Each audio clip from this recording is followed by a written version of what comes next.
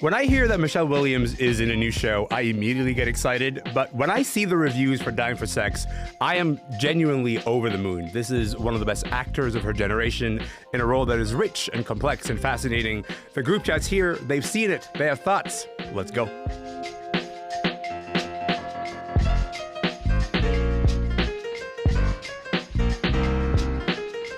I'm Elamin Abdelmahmoud, and this is Commotion. Listen, I think some of the best art in the world is made by exploring the question, what would you do if you find out that you have a very limited time left? What would you do differently? And even in that crowded field of art, Dying for Sex stands out. This is a show about Molly, played by Michelle Williams, and then all the reviews that you are getting right now is that she is giving this incredible performance. Listen to this. My cancer's back. I'm too young. I haven't done anything with my life. I know it's cheesy, but everybody has a bucket list. I've never even had an orgasm with another person. Good. We have something for your list.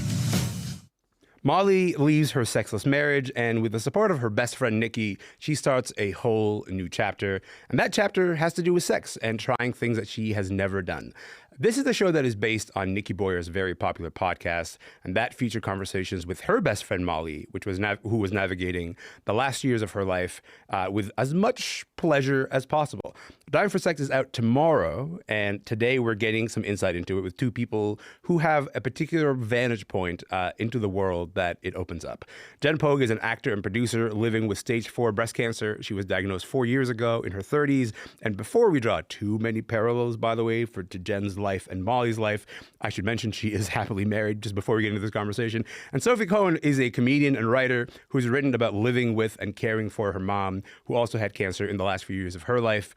Jen, Sophie, welcome to the show. Hi. Thank you. Hi. Of course. Listen, I'm glad that you're both here. I'm really grateful for this. Jen, why don't I start with you? Thanks so much for having this conversation with us. I know it maybe hits really close to home in some ways. Do you want to talk about what it was like for you just watching the first couple of episodes of this show? Yeah, I mean, I was honored for the opportunity to watch it for sure. I have to say that, I usually tend to go to TV and film and books to escape my reality and not just center in on it. Yeah. And there was a friend in the cancer community had sent me the trailer for this show just last week. It was kind of the first time I heard of it, to be honest. And my immediate reaction was just like, let me guess, she has cancer. And I'm like, there was not a lot really pointing towards it that would really make me want to watch the show until I learned the story behind the story. And then, so then I started watching the other day and I binged it. It's so well done. It's hilarious. And I'm so grateful I got the opportunity to experience it and talk about it today. Before we get into the show or get to you, Sophie, I just want to talk about that reaction that you had, though. Let me guess, she had cancer thing. Is that a common experience for you in terms of being sent media that just sort of has characters with cancer in them? Is that a common experience for you? That's to Jen, sorry. Oh, to me. Yeah. Sorry. I'd say that it's a very common because I have not seen the use of a cancer narrative done very well in most films. I feel like it's used as a sort of just like a dramatic tool and they don't go into the details. They don't authentically represent the experience of what people are going through cancer. And I think it can be really confusing to, someone who's maybe just learned that they have cancer about what their experiences are going to be moving forward. So, yeah. Sophie, when you think about all the different movies and TV shows and books that deal with cancer, what is the show doing that is completely unique compared to the rest of the cancer stories that are so often told? Well, I think in life and in art, we have this very romanticized idea of what a meaningful death should look like. And I think a lot of the stories that we see around cancer deaths are like, you should use the final months or years of your life to have, meaningful, soulful connections with people, and you should forgive all your estrangements, and you should reconnect with your all the people that you have grudges against, and you should spend your time in art and traveling the world and all this kind of thing. And having a bunch of random sex with people on the internet that you don't know is not typically part of our collective idea of what constitutes a meaningful life, let alone a meaningful death. Yeah. And so I think one thing that this show is doing that feels really unique and refreshing is, especially for a female protagonist, is this idea of just unapologetically pursuing sexual pleasure and that being a meaningful death and that being valid and that being something worth pursuing.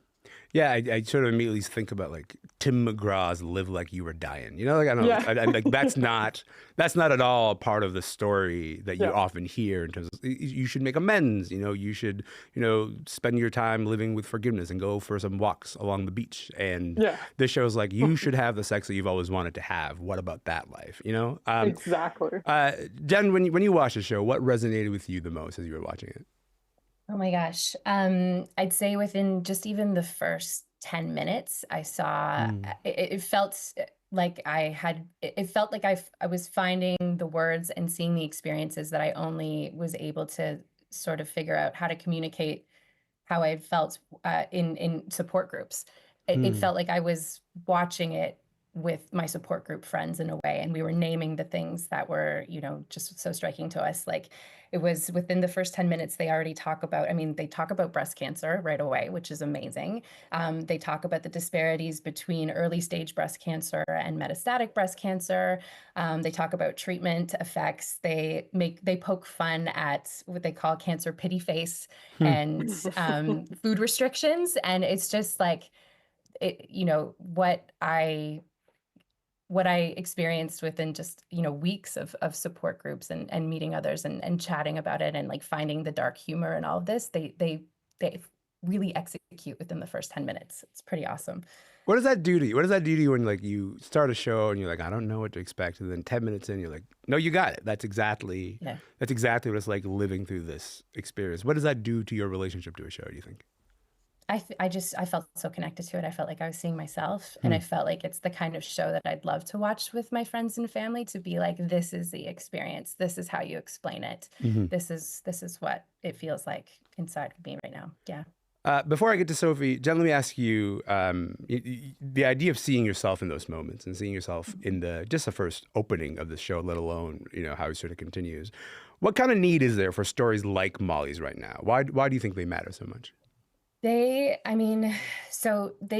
discuss such difficult topics in this show that have such a unique need for awareness. Like just by showing an AYA, young adolescent youth who's diagnosed before the age of 40, and their unique needs of, losing their identity through cancer, losing their relationships through cancer. That's just so imperative, as well as this doctor dynamic that's so prevalent in the world today. You find out in the show that Molly was dismissed when she first went to the doctor with her booby lump, and that led to a later stage diagnosis, which eventually led to a metastatic diagnosis, just having that kind of awareness that someone who is 38 in the prime of their life can be diagnosed with this devastating disease. My story is the same. I was dismissed for over 8 months before I was finally diagnosed. And when I was diagnosed with metastatic breast cancer, it was stage 4. It was basically like immediate palliative stream, kind of like we see Molly's reaction there. So, but had I known that it was really truly possible, even though I was under the age of 50, even though I had no family history of breast cancer in my life, I would have advocated to get that mammogram sooner. But I think we're pretty conditioned to just do what the doctor says, and good news, no news is good news, and we go along with that. So just having her story represented in the way that it is, in a way that I think a lot of people are going to watch and going to know, I think that's going to help save lives. I think this is just, it's striking me that this is in conversation with a conversation we had yesterday. Rapper Bishop Brigante died at the age of 46 years old after having colorectal cancer. And it was the same kind of deal, because he really campaigned for a long time to have the screening age lowered from 50. And so far it has not budged. And we've heard some response to our conversation we were having yesterday was saying, you need moments like this. You need moments that open these opportunities and these conversations, so that your story, it doesn't take this long for it to be represented in television, right? Like I think like that sort of transforms how we talk about this. Sophie, what resonated for you the most as you were watching this? Because your experience was as a caregiver, was that reflected in the same way? Yes, yes. Okay. There was a lot about how this show treated caregiving that spoke to me on a cellular level. Okay. Mostly it had to do with the way that it kind of feels like your passport to regular life gets revoked. And when you first kind of step into a caregiver role, initially everybody in your life is on board. They're supportive, they get it, they make space for it, but there then becomes very quickly this kind of societal expectation that you can stuff your caregiving job into the margins of your actual life. And usually that means your job and your career and your romantic relationship if you're in one.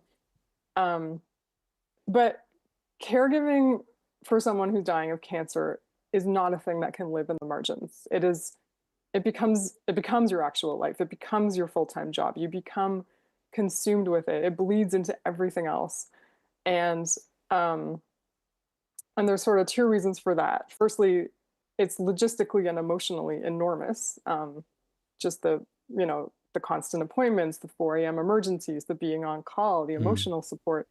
And then the other thing is that you want to spend all your time with this dying person because you're suddenly very acutely aware that every day is sort of excruciatingly precious. But then what sort of happens is you start to feel a bit like a freshly landed alien in the rest of your life. And you're listening to your friends talking about parking tickets and flight delays. And like, there was this moment in the show where Nikki, the best friend caregiver, played by Jenny Slate in the show. Yeah. Jenny Slate. Yes. She's talking to her pregnant sister and she's like, so is this the same pregnancy that you were in before, or is this like a second pregnancy? And her sister's like, what? And she's like, you met my baby. What are you talking about? But there was like this moment of just like, I can't keep up with regular life. I can't connect with people the same way. I don't know how to be a person in the same way. And when I was caregiving for my mom, like I poured my entire heart into that role.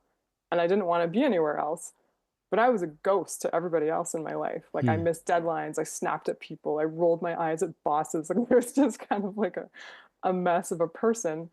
And I think this show does such a beautiful job of naming this expectation that people somehow, caregiving is somehow this tiny little side project that's sort of, you can keep it out of your actual life, when really it starts to become the nucleus of your life and subsume everything else. And I think if we all sort of name that and went into it with those expectations and went into it with that kind of societal support, we would all just have a better experience of it. Listen, Sophie Kohn, you've always been one of my favorite writers, but also the phrase "your passport to regular life gets revoked." That's gonna rattle around my brain for a minute. So thank you for that image. My name is Elamin Abdelmahmoud, and today on Commotion, we're talking about this new show, Dying for Sex. It comes out tomorrow on Disney+. I'm here with Jen Pogue. She's an actor and producer living with stage 4 metastatic breast cancer. And Sophie Kohn is a comedian and writer who has written about living with and caring for her mom, who also had cancer in the last years of her life. There's the show's context that it's landing in, and then there's like what the show has to do, right? And what the show has to do is a little bit different because it also has to pull you into the story. And the casting is a really big part of the conversation here. There's been so much buzz about, Michelle Williams, of course, as Molly. Michelle has Emmys and Golden Globes and Tony Awards. She has more Oscar nominations than I have fingers. Like she's incredibly just an accomplished actress. Jenny Slate has been brilliant in a lot of comedic performances, but this kind of comedic performance specifically, she plays the best friend. And then there's like this dynamic between them that is just so real and vulnerable. Let's hear another moment right now. Seriously, you never had an orgasm? No. No, like I would get close. Mm-hmm. Like, when it feels like a little sneeze? Like, I'm not sure. No? No, I haven't felt that. I'd like to try that. Yeah. I've seen that. I've not seen the show yet, but I've seen that moment 20 times because of just like the electricity between them in that scene. Sophie, what do you make of the performances from Jenny Slate and Michelle Williams here? Oh man, I have to say, like Jenny Slate's performance in particular, I just found astonishing. She has this comedic background, and I sort of felt like every moment of this show, you can see this tug of war going on within her chest between wanting to break down sobbing in terror and wanting to launch into like a weird Scottish accent parrot character to make like to make her friend laugh. And like you can see this tension that she wants to do both at every moment. She is freaking out on an existential level. She's terrified of losing her best friend.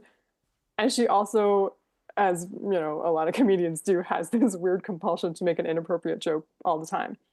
And I just felt like both are so true and both are so present, and she captured that so beautifully. And Michelle Williams, oh my God, like she's so fragile and vulnerable. And I particularly related to just the number of rooms in her body that she'd had to board up in order to just survive the last few years. And then when she starts, you know, to fully inhabit her sexuality, you can see those walls starting to crumble, and you can see at age 40 that she is stepping into her power for the first time in her life, which is, of course, particularly heartbreaking because we know that she's about to die. But and the way that they play off each other, and just as you said, the electricity that they have, the performances are incredible. I mean, Jen, in many ways, it's sort of structured a little like a romantic comedy, just in the sense of, you know, this is the show that opens with Michelle Williams' character in couples counseling. She gets the call about the diagnosis. And then her best friend's like, no, like enough of trying to like figure out the couples counseling thing. Will you die with me? Which is a very sweet proposal, right? But there's also like a very heavy proposal, for that person to go like, I want you to spend the rest of your dying days with me. And like the husband is sort of like still kind of around as a background, is like, hey, there's a lot more to caregiving than just having fun. And she's like, okay, let me figure out what that looks like, because she's used to being the fun friend. This show could have been a drama because of all of these themes. They chose dramedy. They chose to sort of really play up the comedy parts of this. Did that work for you, Jen? Like the sort of threading it through as a comedy?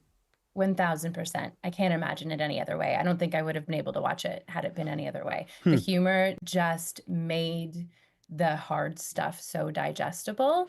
And the humor was so well played. I was just instantly captivated. I think maybe what a lot of people, like, yes, cancer is so horrible and terrible and dramatic. It is very dramatic, but like, there is so much humor that I have with my cancer friends, and we need it desperately. Otherwise, you're just going to drown in despair. And commenting on the relationship, it's such a beautiful depiction of the kind of care that somebody going through it needs, because she's not being necessarily taken care of by her friend, and maybe she doesn't need to be taken care of. She just needs someone to sit in it with her and meet her where she's at. And I just love their relationship so much. Yeah. Sophie, I was going to say, like, your vantage point in this is as a caregiver. Did the show help you? What about the show maybe helped you understand your own experience as a caregiver? Like, what parts of it made you go, oh yes, that's what was going on for me at that time? Yeah. So the show sort of offers us two wildly different portrayals of what a caregiver can look like. Initially, Molly, Michelle Williams' character, her caregiver primarily is her husband, Steve. And Steve has like the color-coded binder, and he takes detailed notes at the appointments, and he makes her green smoothies, and he's like, he can cook every meal, and he can be on time, and he's super Mr. Reliable. Yeah. But what he cannot do, the one thing he cannot do, is listen to the words that she's saying about the kind of death that she wants. Yeah. Specifically, having a bunch of random sex with strangers online. And that, yes, as we said before, doesn't really fit within his preconceived notion of what a meaningful death should involve. And he's coming into it with all these kind of assumptions. He's sort of centering himself. He's like, you shouldn't drink soda. You shouldn't smoke cigarettes. You can't have sex online. Like this is not what I think death needs to look like. And by contrast, Nikki, the best friend, she is able to hear those requests. She is able to hold that and honor that and receive that. And so she is able to support Michelle Williams on her sex bender. And I think when I look back on my caregiving experience, um, I think at the beginning I was a Steve. I think I went into my mom's diagnosis. My mom was diagnosed at stage 4, so terminal right out of the gate. Um, and I went into it with a lot of preconceived notions of what a meaningful end of life would involve. We were living in Toronto at the time, but my mom was an Australian immigrant. And for months, I was like, oh my God, we should take a huge pilgrimage back to Australia and we should like ride kangaroos in the sunset. I don't think that's like legal. No, it's Also, they definitely would, not legal, but yes. also they would like kick your ass. But anyway, and we should like wade in the ocean at dawn. And I was, I was filled with all these giant ideas. And my mom was like, what? No, like I just want to like hang out in my house in Toronto with you and like read books and make spaghetti and go to bed early. Mm. And for a long time, I was quite uncomfortable with that because it didn't feel grandiose enough. It didn't feel like we were using the time properly. It felt anticlimactic, and I couldn't handle that. And I think over the course of her illness, I started to learn how to become a Nikki. I started to really be able to hear what she was saying, and sit with it and decenter myself and try to honor the words that were coming out of her head's face. and and I initially, couldn't really do that, but I think I arrived at a place of like, oh my God, what a beautiful place to be. Like you're given months to live. You learn this information and you wouldn't change a single thing about how you're living. And like, how can any of us hope for a more meaningful death than that? That's a really beautiful way to look at it. And also it makes me think about agency, right? It makes me think about like the idea of what does it look like if you are in possession of your life? And sometimes that looks like having sex with strangers that you meet online. And sometimes that says, we're going to make spaghetti every night and then be in bed by 8. And that sounds really nice. And the point isn't the grandiosity. The point is the agency, regardless of, whatever age that agency arrives at. Jen, the question that Molly's really wrestling with here is, how does she really want to live in the time that she has left? That is not a hypothetical question for you. Did this show make you think any differently about that question? I mean, I echo what Sophie just said about I had the same response in a way that when I was initially diagnosed. And again, yeah, mine was stage 4 immediately as well. And I was told that I had a life expectancy of 2 to 5 years. And that was 4 years ago. And I'm living very well. I like to think of myself now like lucky to live in denial in a way. But I'll never forget the lessons that I learned in the first couple years of sort of just suddenly being faced with death when at a time in my life when I thought that was the last thing that I would have to face, which was I had the same response. I was just like, I need to travel the world. There's so many things I haven't done. I need to go do this. I need to, my career isn't where I want it to be. It was so much, but ultimately all I wanted was to slow down, and all I wanted was more of what I had and to soak in what really mattered and to stop, trying to be this thing that I thought I was supposed to be at that time. I just wanted to relish in what I had built and be with the ones that I love so much. And so now that, where things are not as dire as they were for a little while there, it's lessons that I try to carry forward with me. But there's a reality to this as well, right? Like when you're given an incurable diagnosis, you're just kind of thrust into a stat, and everybody's so individual. So for me, like my husband and I, we did do some. I stayed with my husband; he's wonderful. Yeah. But we did do some pretty big things. Like we immediately were like, well, our retirement plan was always to buy a cottage. Let's just do it now. Let's just do it now. Yeah. And we scraped every single cent that we had together, and we went out and we bought our dream cottage. But like now it's 4 years later, and we're still paying for it. Like there's still a reality that comes with this diagnosis where it's like, cool, okay, so actually I might get another 10 years out of this, and like I probably will have to pay my taxes again and work. And, like at what point do you just what I love so much about this show is that it does talk about really difficult things like dying, but it's not about dying. It's about making these bold moves to live and how you want to make the most with the time that you have, which of course is a universal theme. None of us know how much time we're going to have. So I wish that I had I wish that I hadn't been so suffocated in the dying part of it for the first couple of years. Thank you and for I that. had put more focus on what I could do to live. That's a really beautiful way to leave it. I really appreciate your time. Thank you both for being on the show today. Thank you. It was a pleasure. My name is Elamin Abdelmahmoud. This show is called Commotion. Dying for Sex comes out tomorrow. Talk to you tomorrow.